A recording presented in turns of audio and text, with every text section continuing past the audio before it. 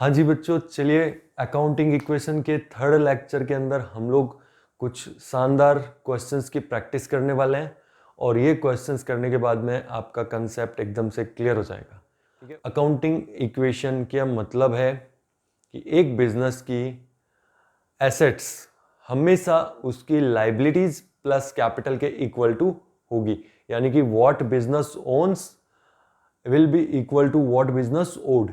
जितना बिजनेस की एसेट्स है उतने ही बिजनेस से लोग पैसे मांग रहे हैं। बिजनेस के ऊपर लाइबिलिटीज है और वो लाइबिलिटीज दो तरह की हो सकती है। एक इंटरनल लाइबिलिटी, दैट मीन्स जो पैसे प्रोपराइटर को देने हैं, और एक होता है एक्सटर्नल लाइबिलिटी जिसको हम आउटसाइडर लाइबिलिटी भी बोलते हैं, यानी जो प्रोपराइटर के अलावा दूसरे लोगों को चुकाने हैं। तो जितने रुपए बिजनेस को चुकाने हैं उतने रुपए की एग्जैक्टली बिजनेस के पास एसेट्स होती है, और ये हमने अकाउंटिंग इक्वेशन से प्रूव की थी। अभी आज दो शानदार क्वेश्चंस करने वाले हैं, बहुत ध्यान से देखना। और ये क्वेश्चंस करने के बाद में लगभग सारे पॉइंट्स आपके कवर हो जाएंगे। देखो, जितनी भी अपने अकाउंट्स होते हैं उनको अमेरिकन अप्रोच से 5 पार्ट्स में हम लोग डिवाइड करते हैं: asset, expense, liability, income, capital. तो asset equal to liability plus capital. ठीक है, पीछे बच गए ये तो, यानी एसेट, लाइबिलिटी, कैपिटल में कोई भी इंक्रीज डिक्रीज होगा तो वो वहां पे ऐड या लेस हम लोग कर देंगे। लेकिन जो भी इफेक्ट इनकम और एक्सपेंस के अकाउंट पे आना है वो इफेक्ट सारे के सारे कैपिटल में एडजस्ट किए जाते हैं अकाउंटिंग इक्वेशन के अंदर। जितने भी एक्सपेंसेस एंड लॉसेज हैं वो कैपिटल से रिड्यूस हो जाएंगे और जितने भी इनकम्स एंड गेन्स हैं वो कैपिटल में ऐड हो जाएंगे। चलिए क्वेश्चन की तरफ मूव करते हैं। देखिए, फर्स्ट क्वेश्चन अपना है, so an accounting equation for the following transactions. इन ट्रांजेक्शंस के लिए अकाउंटिंग इक्वेशन अपने को बनाना है। ठीक है, देखिए ट्रांजेक्शन रीड करते हैं हम लोग। फर्स्ट है, mister Ramesh commenced business with cash ₹60,000 cash. यहाँ ट्रांजेक्शंस हम लोग इसलिए रीड करते हैं पहले ताकि अपने को पता चल जाए कि बिजनेस में कौन कौन सी एसेट्स है और कौन कौन सी लाइबिलिटीज है, यानी कि हमें कौन कौन से कॉलम्स बनाने पड़ेंगे। तो सबसे पहले कैश का कॉलम्स बना लेंगे। गुड्स है तो स्टॉक का कॉलम हो गया, एंड फर्नीचर ₹10,000 तो फर्नीचर का कॉलम भी बनेगा। 1/3 of the above goods sold at A profit of, ठीक है, प्रॉफिट हो गया, गुड्स बेच दिए हमने। हाफ पेमेंट इमीडिएटली मिल गया, यानी बाकी का पेमेंट पेंडिंग रह गया, मतलब डेटर्स भी है हमारे बिजनेस के अंदर। डेटर्स है, जब भी हम किसी को उधार पे माल बेचते हैं तो वो डेटर्स हमारे बन जाते हैं। Purchase goods for cash and credit, cash पे भी खरीदा क्रेडिट पे भी खरीदा, दैट मीन्स क्रेडिटर भी है। गुड्स का स्टॉक अकाउंट हम ऑलरेडी बना चुके हैं। Bought refrigerator for personal use, personal use के लिए खरीदा है, ये मालिक का पर्सनल है तो ड्राइंग में चला जाएगा, यानी कैपिटल में एडजस्ट करेंगे। Goods costing ₹20,000 sold to Mohan, ठीक है, मोहन सेटल्ड इज अकाउंट, कोई दिक्कत नहीं है। तो कॉलम्स अपने फिक्स हो गए। चलो कॉलम्स बनाते हैं सबसे पहले फटाफट से। कॉलम्स हमने बना लिए हैं। अब देखो ट्रांजेक्शन्स हैं, उनका इफेक्ट फटाफट से रिकॉर्ड करते हैं। फर्स्ट ट्रांजेक्शन है बिजनेस स्टार्टेड का, तो यहाँ मैं लिखूंगा ट्रांजेक्शन 1। यहाँ पे आप चाहो तो ट्रांजेक्शन नोट डाउन कर सकते हो, बट कोई ज़रूरत नहीं है, सिर्फ नंबरिंग डालना इनफ है। ट्रांजेक्शन ऑलरेडी क्वेश्चन में होता है। कैश आ रहा है 60,000 का, कैश के अंदर प्लस करो 60,000, प्लस स्टॉक भी आ रहा है 30,000 तो यहाँ भी प्लस करो। फर्नीचर भी आ रहा है 10,000, प्लस करेंगे। डेटर्स में कुछ नहीं, जहाँ पे कोई ट्रांजेक्शन नहीं वहाँ 0 लिख देंगे। तो यहाँ पे टोटल 60, 30, 90, 1 लाख, यानी कि यहाँ पे बिजनेस स्टार्ट हुआ है 1 लाख रुपए के साथ। जो मालिक ने पैसे लगाए हैं या कोई एसेट लगाई है वो चला जाएगा मालिक के कैपिटल के अंदर। ये आपका ट्रांजेक्शन कंप्लीट, इक्वेशन भी सेटिस्फाई हो रही है। एसेट्स बढ़ रही है आपकी 1 लाख से और कैपिटल भी इंक्रीज हो रही है 1 लाख से। Let's move to the second transaction. Second transaction is 1/3 of the above goods. 1/3 of the above goods, ये आपका स्टॉक है, इसका 1/3, यानी कि ये हो गया 10,000। सोल्ड किया है यानी कि माइनस हो जाएगा, स्टॉक जा रहा है। Sold at A profit of 20%, 20% profit है। 10,000 का 20% अमाउंट कितना हो गया 2,000, तो 2,000 के प्रॉफिट पे बेचा तो टोटल सेल्स होगी आपकी 12,000 की, and half payment received immediately, तो 12,000 रुपए आपको मिलने थे बट 6,000 तो इमीडिएटली मिल रहे हैं। और बाकी के पैसे बाद में मिलेंगे, तो इसका मतलब आपके क्या इंक्रीज हो जाएंगे, डेटर्स। आपने 6000 का उधार पे बेचा है, 6000 चला जाएगा अपना डेटर्स के अंदर। और अब बताना इस ट्रांजेक्शन के अंदर हमने जो प्रॉफिट कमाया है वो प्रॉफिट है हमारा 2000 का, तो कैपिटल के अंदर हमारा प्रॉफिट है वो ऐड हो जाएगा, क्रेडिटर्स पे कोई इफेक्ट नहीं। तो ये ट्रांजेक्शन हुआ कंप्लीट। इसको एक बार वापस से देखेंगे, 10,000 रुपए का सामान 12,000 में बेचा, तो 2,000 का सीधा सीधा प्रॉफिट हो गया, वो 2,000 कैपिटल में चला गया प्रॉफिट। अब जो 12,000 का पैसा आना है, या तो वो कैश में आएगा या उधारी होगी, तो डेटर बढ़ेंगे। तो 6,000 तो कह रहा है कैश में आ गया, 6,000 उधारी है, डेटर से पैसे लेने हैं, तो मेरी एसेट बन गया। क्लियर है? चलो उसके बाद थर्ड ट्रांजेक्शन। ठीक है, ट्रांजेक्शन का इफेक्ट हम लोग देख रहे हैं। सर टोटलिंग, यहाँ पे आप चाहो तो हर ट्रांजेक्शन के बाद टोटलिंग कर सकते हो, बट दोनों ही ऑप्शंस होते हैं। आप हर ट्रांजेक्शन के बाद टोटलिंग करो, चाहे सारे ट्रांजेक्शन करने के बाद एक साथ टोटलिंग करो, सेम आता है और दोनों मेथड एक्सेप्टेबल है, उससे कोई दिक्कत नहीं है। नेक्स्ट है purchase goods for cash ₹30,000 and on credit ₹20,000। 30,000 का सामान खरीदा, पैसे इमीडिएटली दिए। 20,000 का सामान खरीदा, पैसे बाद में दूंगा। कुल मिला के सामान कितना आया मेरे पास, स्टॉक के अंदर मेरा आ जाएगा 50,000। अब आपकी एक एसेट बढ़ रही है, इंक्रीज हो रही है, तो आपको इसके बदले में या तो कुछ खर्चा करना पड़ेगा या फिर आपसे पैसे मांगने वाले लोग बढ़ जाएंगे। तो आपने क्या किया है, 30,000 तो आपने कैश इमीडिएटली दे रखा है, तो कैश में से कर दो रिड्यूस, और 20,000 आपसे पैसे मांगने वाले बढ़ गए, मालिक ने नहीं दिए गुड्स, कैपिटल में इफेक्ट नहीं आएगा। पैसे कौन मांगने लग गया, क्रेडिटर। जिससे हम लोग उधार पे माल खरीदते हैं उसको हम लोग क्रेडिटर बोलते हैं। नेक्स्ट है bought refrigerator for personal use ₹10,000। तो 10,000 रुपए बिजनेस से जा रहे हैं, तो माइनस करेंगे। ठीक है, अब बताना रेफ्रिजरेटर जो है वो बिजनेस की एसेट है क्या, रेफ्रिजरेटर बिजनेस की एसेट है क्या? नहीं सर, वो तो घर के लिए खरीदा है हमने। तो इसका मतलब बिजनेस के अंदर कोई भी एसेट इंक्रीज हो नहीं रही है, तो फिर ये पैसे जो निकाले वो मालिक ने पर्सनल अपने खर्चे के लिए निकाले हैं, हम लोग इसको मालिक के कैपिटल से लेस कर देंगे। नेक्स्ट ट्रांजेक्शन देखो, goods costing ₹20,000 sold to Mohan for ₹30,000। 20,000 का सामान कॉस्टिंग 20,000 है, और आपको पता है बिजनेस के अंदर जब भी हम सामान बेचते हैं तो पर्पज यही होता है कि हम उसको प्रॉफिट पे बेचें। तो हमने यहाँ पे 20 का सामान 30 के अंदर सेल कर दिया, तो मेरा स्टॉक तो माइनस हो रहा है 20,000 से, लेकिन मैंने सेल्स किया है 30,000 में। और अब यहाँ पे क्या पैसा इमीडिएटली आ रहा है, तो अपने को पता है जब भी पार्टी का नाम गिवन होता है दैट मीन्स वो ट्रांजेक्शन क्रेडिट पे है, तो मुझे पैसे अभी इमीडिएटली तो मिल रहा है 0, लेकिन मेरे डेटर्स इंक्रीज हो रहे हैं 30,000 से, जो मुझे बाद में पैसे चुका देंगे। तो ये इसका इफेक्ट होएगा। और सर ये 10,000 का प्रॉफिट भी तो है, यहाँ पे 20 का सामान 30 में जा रहा है, मतलब मैं सामान मेरा 20 का जा रहा है लेकिन पैसे 30,000 आने वाले हैं, तो 10,000 रुपए का प्रॉफिट हुआ है, प्रॉफिट अपने को कैपिटल में शो करना पड़ेगा। ठीक है, उसके बाद है लास्ट ट्रांजेक्शन, 6th ट्रांजेक्शन है Mohan settled his account under 2% discount. Mohan से कितने रुपए लेने थे, 30,000। अभी देखो ऊपर वाले ट्रांजेक्शन में मैंने मोहन को सेल किया, ये मेरा मोहन है, ये जो है 30,000 किससे लेना है, मोहन से लेना है। 2% डिस्काउंट पे सेटल कर दिया उसने, तो यानी कुल मिला के वो पैसे चुका रहा है, लेकिन पैसे कितने चुकाएगा मोहन, चुकाने चाहिए उसको 30,000, सेटल कर रहा है वो सारा, लेकिन वो मुझे पूरे रुपए नहीं दे रहा है। वो क्या कर रहा है, वो सर डिस्काउंट ले रहा है हमारे से। आपको उससे 30,000 रुपए लेने थे, लेकिन मोहन ने 2% रुपए कम दिए हैं आपको, डिस्काउंट मतलब आपने उससे छूट दे दी। ठीक है, तो 2% कैलकुलेट करो, 600 रुपए, तो 600 रुपए मेरे लिए नुकसान हो गया, मोहन मुझे कम दे रहा है, तो मैंने कैपिटल में माइनस करना है और यहाँ पे 29,400 ही प्लस करना है। तो देखो 30,000 रुपए का मोहन है वो सेटल हो गया, हमारी एसेट जा रही है 30,000 की, पैसे आ रहे हैं 29,400, तो 600 रुपए रिकॉर्ड कर लेंगे नुकसान का कैपिटल के अंदर। और ये आपका कंप्लीट है इक्वेशन, और इसको अब हम लोग टोटल कर सकते हैं।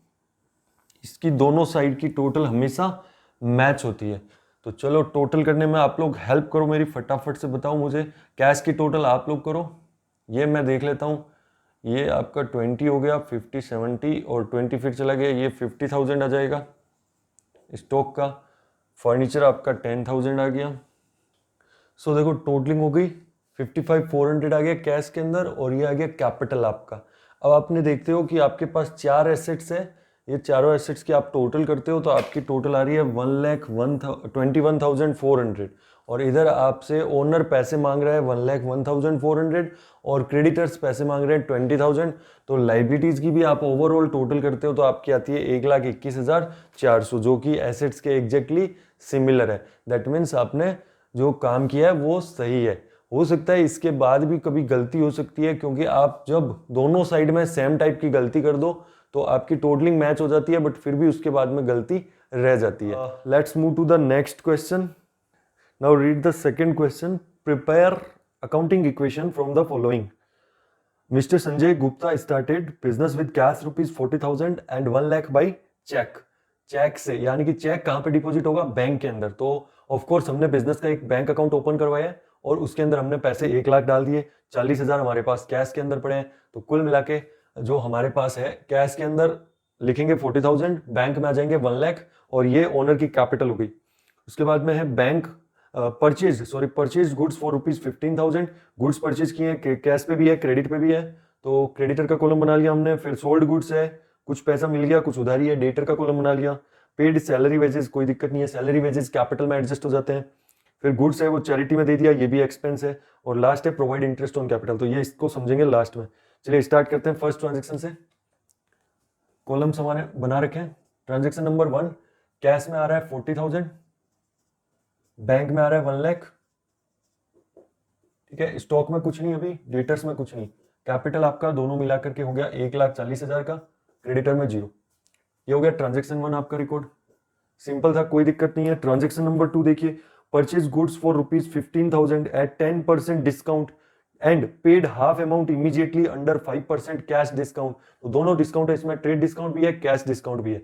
ट्रेड डिस्काउंट हमेशा बिल में ही लेस हो जाता है, तो 15,000 में से 10% गया 13,500। तो यानी मेरी परचेजिंग कितनी है, बिल कितने से बनेगा? 13,500 से 13,500 में स्टॉक के अंदर ऐड कर लूंगा, ठीक है। उसके बाद में आप देखना 13,500 रुपए आपके स्टॉक में तो ऐड हो गए, लेकिन इसके पैसे या तो आपको देने पड़ेंगे या फिर आपके क्रेडिटर्स बढ़ जाएंगे। तो अभी आपने पैसे कितने दिए? हाफ अमाउंट पे किया है और सीडी मिला है, तो बाकी का हाफ अमाउंट आपका क्या हो जाएगा? हाफ अमाउंट आपकी क्रेडिटर हो गई। जितना पैसा आप चुका देते हो वो तो आपका कैश में माइनस हो जाएगा, और जितना नहीं चुकाते हो वो क्रेडिटर में चला जाएगा, उधारी बन जाएगी। तो ये आपकी उधारी आ गई 6,750, ठीक है। कोई दिक्कत नहीं इसमें। पीछे पेंडिंग भी इतना ही रह गया, 50% चुका या 50% पेंडिंग रह गया। देखो ये सिचुएशन है, 6,750 आपने चुका दिया, 6,750 पेंडिंग रह गया, लेकिन जो पैसा आप चुका रहे हैं उसके पर आपको सीडी भी मिल रहा है, कैश डिस्काउंट भी। Cash discount is only allowed when payment is made immediately. तो यहाँ पे तो कोई सीडी नहीं है, भूल जाइए, ये तो उधार पे था, पूरा का पूरा बाद में चुकाना पड़ेगा। यहाँ पे सीडी कैलकुलेट करना है, और सीडी की रेट है 5%। तो 5% कितना आएगा? ये आ रहा है 337.5, ठीक है। आप चाहो तो इसको राउंड ऑफ कर सकते हैं, 337.5 को हम लोग कर लेते हैं राउंड ऑफ 338, ठीक है। आप चाहो तो इसको राउंड ऑफ करो चाहे ना करो, तो पेमेंट आपको करना पड़ेगा 6,412। तो अब जितना कैश में माइनस हो रहा है वो आपका आ गया 6,412, बैंक के अंदर कुछ भी नहीं, और जो डिस्काउंट आपको रिसीव हुआ है 338 का, वो आपकी इनकम है, कैपिटल के अंदर चला जाएगा, 338 प्लस हो जाएगा। कोई दिक्कत नहीं। ये देखो, ये अच्छे से इसको नोट करो। इतना कैश पे है, ये वाला इमीडिएट है, ये पेंडिंग है, पेंडिंग वाला चला गया क्रेडिटर के अंदर। जितना आपने पे किया वो यहाँ आ गया, और जो आपको डिस्काउंट रिसीव हुआ वो आपकी इनकम है, वो कैपिटल में चला गया। ये जो हमने ये राउंड ऑफ कर दिया, अगर आप चाहते तो 0.5 भी दिखा सकते थे, बट जनरली बिजनेस में राउंड ऑफ कर दिया जाता है ट्रांजेक्शन के टाइम में, ये ध्यान रखना। नहीं तो कई बार आपने सुना होगा कि सर पैसों के अंदर भी डिफरेंस आए तो बहुत दिक्कत होती है, पूरा बिजनेसमैन उसको मैच करवाता है, बट वो मैच करवाने की बात वहां पे होती है फाइनल अकाउंट्स के टाइम पे। यहाँ ट्रांजेक्शन के अंदर जनरली ऐसा हो जाता है, जैसे आप सपोज करो, आप अगर दुकानदार को, आपको अगर रुपए देने ये 6,412.5, तो बताना जनरली क्या होता है, दुकानदार 50 पैसे आपको छोड़ देता है कि नहीं? तो वही चीज यहाँ पे है, तो ट्रांजेक्शन में यही अमाउंट आएगा, कोई दिक्कत नहीं है। चलो उसके बाद आ जाओ अपने थर्ड ट्रांजेक्शन के ऊपर। लिखा हुआ है sold goods costing rupees 8,000, costing rupees 8,000, goods मैं बेच रहा हूं, तो मेरा सबसे पहले स्टॉक में माइनस हो जाएगा 8,000, ठीक है। 8,000 का सामान मैंने सेल कर दिया एट 20% प्रॉफिट, 8,000 का 20% प्रॉफिट, दैट मीन्स हो गया 1,600 रुपए, तो 1,600 रुपए मैंने प्रॉफिट कमा लिया।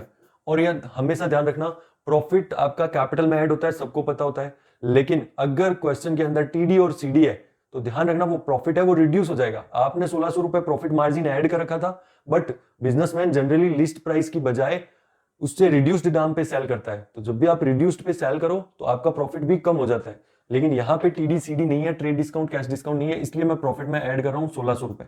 अब मान लो यहाँ पे मैं अगर 200 रुपए ट्रेड डिस्काउंट दे देता तो मेरा प्रॉफिट यहाँ पे हो जाता 1,400 का, फिर मैं कैश डिस्काउंट दे देता तो मेरा प्रॉफिट और भी रिड्यूस हो जाता। तो हमेशा ध्यान रखना, जब भी प्रॉफिट रिकॉर्ड करो ट्रेड डिस्काउंट कैश डिस्काउंट जरूर चेक करेंगे।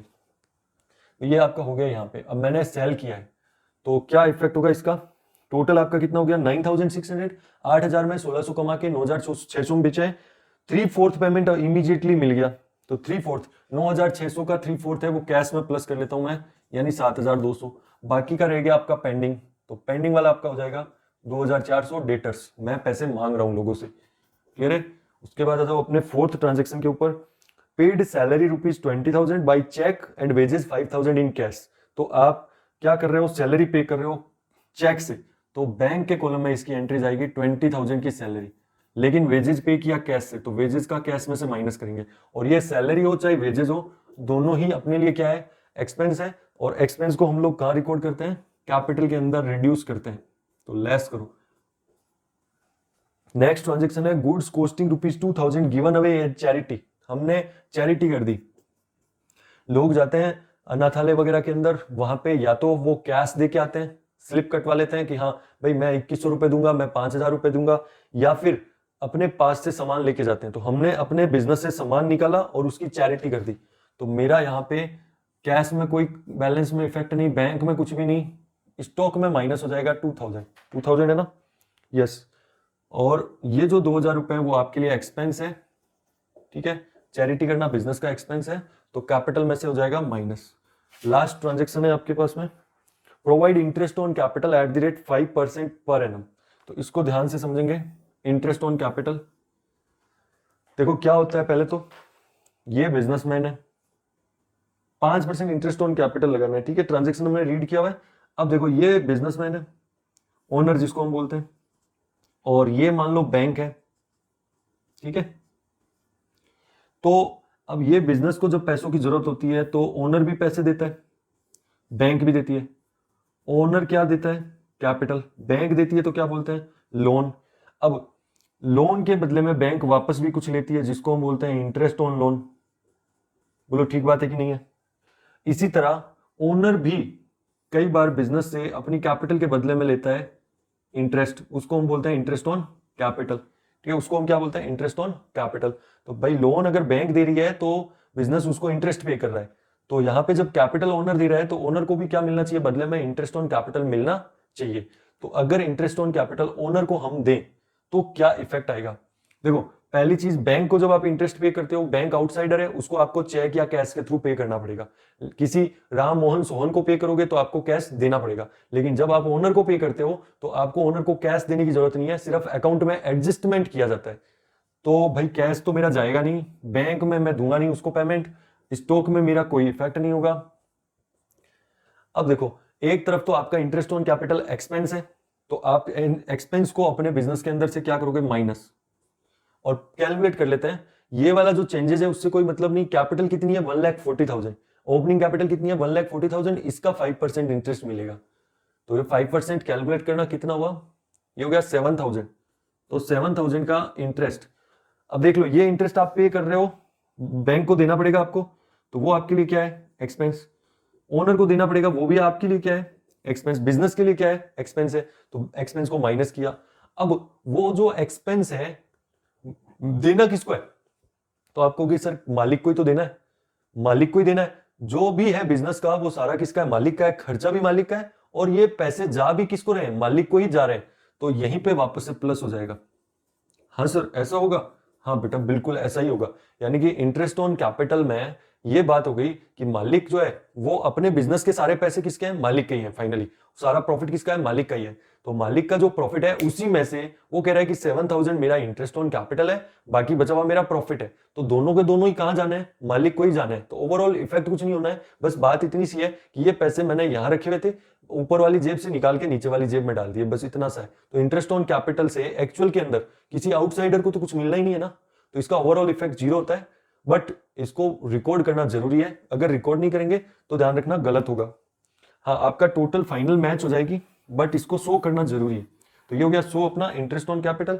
सर और क्या ऐसी चीजें होती है जो कैपिटल में ही ऐड करते हैं, कैपिटल में ही लेस करते हैं? तो सुन लो, interest on capital, interest on drawings, और मालिक को अगर कोई भी रिम्यूनरेशन, सैलरी, कमीशन, बोनस, कुछ भी, किसको, सिर्फ प्रोपराइटर को। अगर आप मालिक को सैलरी चुका रहे हो तो मालिक क्या कह रहा है, मैं अपने बिजनेस से, मैं खुद ही मालिक हूं, मैं खुद को ही सैलरी दे रहा हूं, तो वो मुझे ही मिलनी है और उसका बर्डन यानी खर्चा भी मेरे बिजनेस में आना है। तो मेरे लिए ओवरऑल क्या इफेक्ट होगा, जीरो।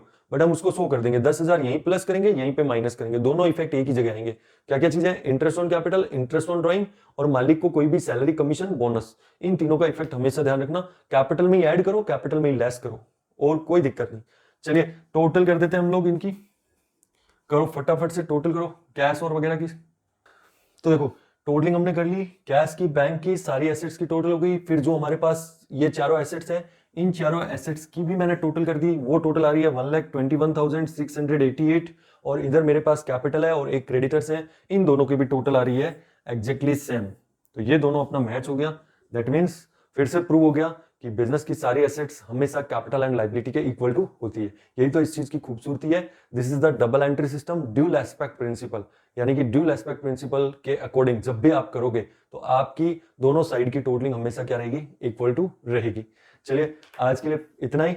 नेक्स्ट क्लास के अंदर हम लोग कुछ इसके और इंपॉर्टेंट कंसेप्ट्स है, आउटस्टैंडिंग, प्रीपेड, एक्रूड, अनअर्न्ड वगैरह जो वर्ड्स होते हैं उनको कैसे हम एडजस्ट करते हैं, तो कुछ टेक्निकल पॉइंट्स हम लोग डिस्कस करेंगे नेक्स्ट क्लास के अंदर। Okay, bye bye.